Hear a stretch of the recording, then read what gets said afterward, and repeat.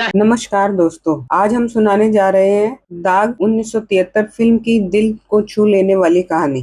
तो आइए जानते हैं प्यार और पीड़ा से भरी दाग फिल्म की कहानी। दाग एक हिंदी रोमांटिक ड्रामा फिल्म है जो साल 1973 में बनी थी। इस फिल्म का निर्देशन यश चोपड़ा ने किया था और यह उनके करियर की पहली फिल्म थी जिसे उन्होंने खुद प्रोड्यूस किया। इस फिल्म में राजेश खन्ना, शर्मिला टैगोर, राखी, मदनपुरी, कादर खान, प्रेम चोपड़ा और A.K. हंगल जैसे बड़े कलाकारों ने काम किया। सुनील कोहली यानी राजेश खन्ना और सोनिया यानी शर्मिला टैगोर दोनों को एक दूसरे से प्यार हो जाता है। सोनिया शिमला में अपने मामा के पास रहती है जबकि सुनील वहीं अकेले रहता है। दोनों एक प्यार भरा गीत गाते हैं। हम और तुम और हम खुश नहीं। कुछ समय बाद सुनील को एक कंपनी में दूसरे शहर में नौकरी मिल जाती है, लेकिन वह वहां जाने से पहले सोनिया से शादी करना चाहता है ताकि उसे अपने साथ ले जा सके। सोनिया के कहने पर सुनील उसके मामा यानी मदनपुरी से जाकर शादी की बात करता है। मामा तो मान जाते हैं, लेकिन मामी यानी अचला सचदेव तैयार नहीं होती। सोनिया एंड सुनील एक गीत गाते हैं। अब चाहे मार उठे या बाबा यारा, मैंने तो हाँ कर ली। अब चाहे मार उठे या बाबा यारा, मैंने तो हाँ कर ली। सुनील भी साथ देता है। अब चाहे सर फूटे या माथा, मैंने तेरी बाह पकड़ ली। अब चाहे मामा के आशीर्वाद से सुनील और सोनिया की शादी हो जाती है। शादी के बाद सुनील सोनिया को लेकर अपनी नौकरी के सिलसिले में दूसरे शहर चला जाता है। सुनील अपने मालिक के घर जाता है जहां उसे मालिक का बेटा धीरज कपूर यानी प्रेम चोपड़ा मिलता है। धीरज सोनिया को देखकर दोनों को अपने कमरे में ठहरने की इजाजत दे देता है। फिर सुनील मालिक के साथ ऑफिस चला जाता है। जब सोनिया अकेली होती है तो धीरज उस पर बुरी नजर डालता है और उसके साथ जबरदस्ती करने की कोशिश करता है, लेकिन सुनील अपना पर्स भूल जाने की वजह से समय पर वापस लौट आता है। सुनील और धीरज के बीच झगड़ा हो जाता है और लड़ते लड़ते धीरज की मौत हो जाती है। पुलिस सुनील को गिरफ्तार कर लेती है और अदालत उसे फांसी की सजा सुना देती है। सोनिया इस हादसे से बहुत दुखी और टूट जाती है।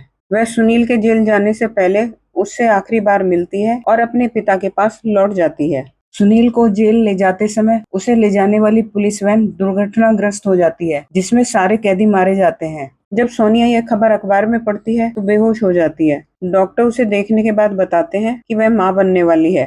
जब सोनिया का मामा यानी मदनपुरी यह बात अपनी पत्नी को बताता है तो वह बहुत नाराज हो जाती है और सोनिया को अपने घर में रखने से मना कर देती है, लेकिन मामा साफ कहते हैं सोनिया यहीं रहेगी। दोनों के बीच झगड़ा सुनकर सोनिया चुपचाप घर से निकल जाती है और एक ट्रेन पकड़कर दूसरे शहर में चली जाती है। वहाँ एक अस्पताल में सोनिया एक लड़के को जन्म देती है। बच्चा उसकी आशा और सहारा बन जाता है। सोनिया कहती है, अब मैं इसी के सहारे अपने पति के सारे सपने पूरे करूंगी। वो लोग एक पहाड़ी इलाके में रहते हैं। बच्चा थोड़ा बड़ा होता है तो सोनिया एक प्यारा सा गीत अपने बच्चे को सुनाती है। हवा चले कैसे न तू जाने न मैं जानू। चले कैसे ना तू जाने। सोनिया का बेटा एक स्कूल में पढ़ने लगता है। सोनिया भी उसी स्कूल में एक अध्यापिका की नौकरी करने लगती है। उसी स्कूल में उसकी दोस्ती चांदनी यानी राखी से हो जाती है। चांदनी की बेटी पिंकी भी उसी स्कूल में सोनिया के बेटे यानी रिंकू के साथ पढ़ती है। कुछ समय बाद जब स्कूल का मैनेजमेंट को यह पता चलता है कि सोनिया के पति को हत्या के जुर्म में फांसी की सजा हुई थी तो वे सोनिया को स्कूल से निकाल देते हैं। चांदनी इसका विरोध करती है लेकिन उसकी बात कोई नहीं सुनता। फिर वह सोनिया को अपने घर ले आती है। एक दिन चांदनी का पति सुधीर यानी राजेश खन्ना घर आता है जो किसी काम से बाहर गया था। वह एक बच्चे को देखता है जो खुद को रिंकू बताता है। थोड़ी देर में सोनिया भी वहां आ जाती है। सुधीर और सोनिया जैसे ही दोनों एक दूसरे को देखते हैं हैरान रह जाते हैं। सोनिया तुरंत रिंकू को लेकर अपने कमरे में चली जाती है। चांदनी अपने पति से कहती है ये बेचारी बहुत दुखी है, इसके पति को हत्या के जुर्म में फांसी की सजा हुई थी और फिर जेल जाते समय उसका एक्सीडेंट हो गया, तब से इसने शादी नहीं की। ये कहती है कि वह आज भी अपने पति को नहीं भूल पाई है। उधर सोनिया दुखी होकर अपने पति की फोटो देखकर एक भावुक गीत गाती है। जब भी जी चाहे नई दुनिया बसा लेते हैं लोग।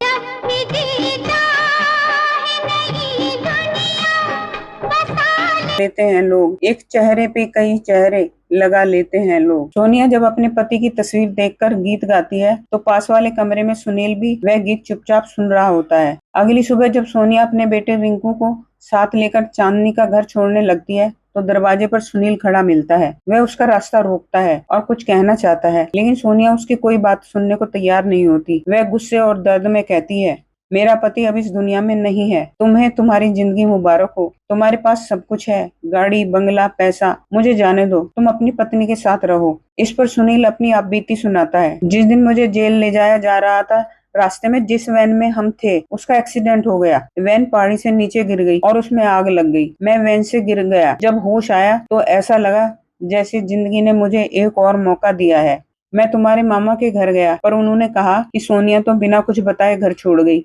तभी तुम्हारी मामी ने मुझे देख लिया और पुलिस को बुला लिया। मैं पिछले दरवाजे से भागा, लेकिन पुलिस ने पीछा किया। मैं एक नदी में कूदकर किसी तरह बच गया। इसके बाद मैंने तुम्हें बहुत ढूंढा, लेकिन कोई सुराग नहीं मिला। एक दिन मैं ट्रेन में सफर कर रहा था। उसी डिब्बे में एक लड़की अपने पिता के साथ थी। अचानक उसके पिता को हार्ट अटैक आ गया। मैंने उनकी मदद की, दवा दी, जिससे उन्हें कुछ राहत मिली। जब उनका स्टेशन आया तो मैं उनके साथ उनके घर चला गया, डॉक्टर को बुलाया और इलाज करवाया। रात को जब मैं जा रहा था तो लगा पुलिस अब भी मुझे ढूंढ रही है। मैंने सोचा इससे बेहतर छुपने की जगह और क्या होगी। मैं वहीं रुक गया और उनकी सेवा करने लगा। रात 2 बजे जब चांदनी के पिता को होश आया तो बोले, पता नहीं कौन सा जन्म का कर्ज था जो तुम चुका रहे हो। वे उसका नाम पूछते हैं। सुनील अपना नाम सुधीर बतलाता है। उसी दिन से मैंने अपना नाम सुधीर रख लिया। इसके बाद सुनील बताता है कि चांदनी के पिता बहुत अकेले और टूटा हुआ महसूस करते थे। उन्होंने कहा, अब मेरी उम्र ज्यादा हो गई है, पता नहीं कब इस दुनिया से चला जाऊं। मेरे मन में कई सपने थे। मेरी एक ही बेटी है, लेकिन एक पापी आदमी ने उसे धोखा दिया। वह बिना शादी के माँ बन गई। अब सोचता हूँ मेरी बेटी का क्या होगा। शायद ऊपर वाला भी मुझसे नाराज है। जब वे चांदनी के कमरे में पहुंचे तो चांदनी ने कहा, आपने सब कुछ सुन लिया। मैं बहुत अभागिन हूँ। मेरी वजह से मेरे पिता बहुत परेशान हैं। तब सुधीर चांदनी से कहता है, अगर तुम चाहो तो एक काम हो सकता है। तुम अपने बच्चे को मेरा नाम दे दो, सिर्फ नाम। हम सबके सामने पति पत्नी बनकर रहेंगे, लेकिन असल में हमारे रास्ते अलग होंगे। न तुम मुझसे मेरी जिंदगी के बारे में कुछ पूछोगी, न मैं तुमसे कुछ सवाल करूंगा। इस बात से चांदनी को थोड़ी राहत तो मिली, लेकिन दिल में दुख भी होता है, क्योंकि सुधीर सिर्फ नाम दे रहा है, प्यार या साथ नहीं। फिल्म एक बार फिर फ्लैशबैक से वर्तमान में लौटती है। सुनील की आपबीती सुनकर सोनिया की आंखें नम हो जाती हैं। जब सुनील उससे कहता है, मैं भी तुम्हारे साथ इस घर को छोड़कर चलूंगा, तो सोनिया शांत स्वर में जवाब देती है, तुमने चांदनी को इज्जत दी, उसके बच्चे को नाम दिया, उसने तुम्हें सहारा दिया और उसके पिता ने तुम पर भरोसा किया। अब तुम उन्हें इस हाल में छोड़कर नहीं जा सकते, और अगर तुम मेरे साथ चले भी गए तो कहाँ जाओगे? पुलिस तुम्हें फिर पकड़ लेगी और मैं तुम्हें एक बार फिर खोना नहीं चाहती। सुनील भी भावुक होकर कहता है, तुम जाने का इरादा छोड़ दो और यहीं रहो। सोनिया उसकी बात मान जाती है। घर के बाहर एक कार्यक्रम होता है जिसमें 2 लड़कियां नाचते हुए एक गीत गाती हैं। नी मैं यार मनाना नी, चाहे लोग बोलियां बोले, नी मैं यार मनाना नी। नी मैं यार मनाना नी, चाहे लोग बोलियां बोले, नी मैं यार इसके बाद चांदनी के पिता कुछ करीबी दोस्तों के साथ अपने घर पर एक पार्टी का आयोजन करते हैं। पार्टी में मौजूद लोग मेयर के आगामी चुनाव की चर्चा छेड़ते हैं और फिर सुधीर के नाम का प्रस्ताव रखते हैं। सभी लोग इस प्रस्ताव से सहमत हो जाते हैं। इसी दौरान चांदनी के पिता का एक पुराना मित्र डीएसपी यानी इफ्तिखार भी पार्टी में आता है। जैसे ही डीएसपी की नजर सुधीर पर पड़ती है, वह कुछ सोच में पड़ जाता है। पार्टी खत्म होने के बाद वह सीधे अपने ऑफिस जाकर कपूर मर्डर केस की फाइल मंगवाता है। अगले दिन चांदनी के पिता एक धार्मिक स्थल पर दर्शन के लिए जाते हैं और चांदनी भी उनके साथ होती है। उधर सुधीर सोनिया, रिंकू और पिंकी को साथ लेकर जीप से फार्म हाउस चला जाता है। वहां पहुंचने के बाद वह गहराई से सोनिया को निहारने लगता है। सोनिया पूछती है, क्या देख रहे हो? सुधीर धीमे स्वर में जवाब देता है, इतने दिनों के बाद तुम्हें इतने करीब से देख रहा हूँ। और फिर वह एक गीत गाने लगता है। मेरे दिल में आज क्या है तू कहे। इसी दौरान एक तेज तूफान आ जाता है, जिससे सभी लोग फार्म हाउस पर ही रुक जाते हैं। अगले दिन मेयर चुनाव के कारण सुधीर शहर चला जाता है। सुधीर को मेयर चुन लिया जाता है और इस खुशी में एक पार्टी होती है। पार्टी में डीएसपी चालाकी से सुधीर के फिंगरप्रिंट लेता है। उधर चांदनी जब फार्म हाउस पहुंचती है तो बच्चों को अलग अलग सोता हुआ पाती है और सुधीर के बिस्तर पर सोनिया की बालियां देखकर चौंक जाती है। गुस्से में वह सोनिया से कहती है कि वह सुधीर के आने से पहले ही वहां से चली जाए। जब सुधीर वापस आता है तो सोनिया को न पाकर चांदनी से पूछता है। चांदनी गुस्से में उसे नीचा दिखाती है। सोनिया में क्या है जो मुझ में नहीं है? सोनिया मेरी बीवी है चांदनी। और तब सुधीर सच्चाई उजागर करता है। सोनिया मेरी पत्नी है चांदनी।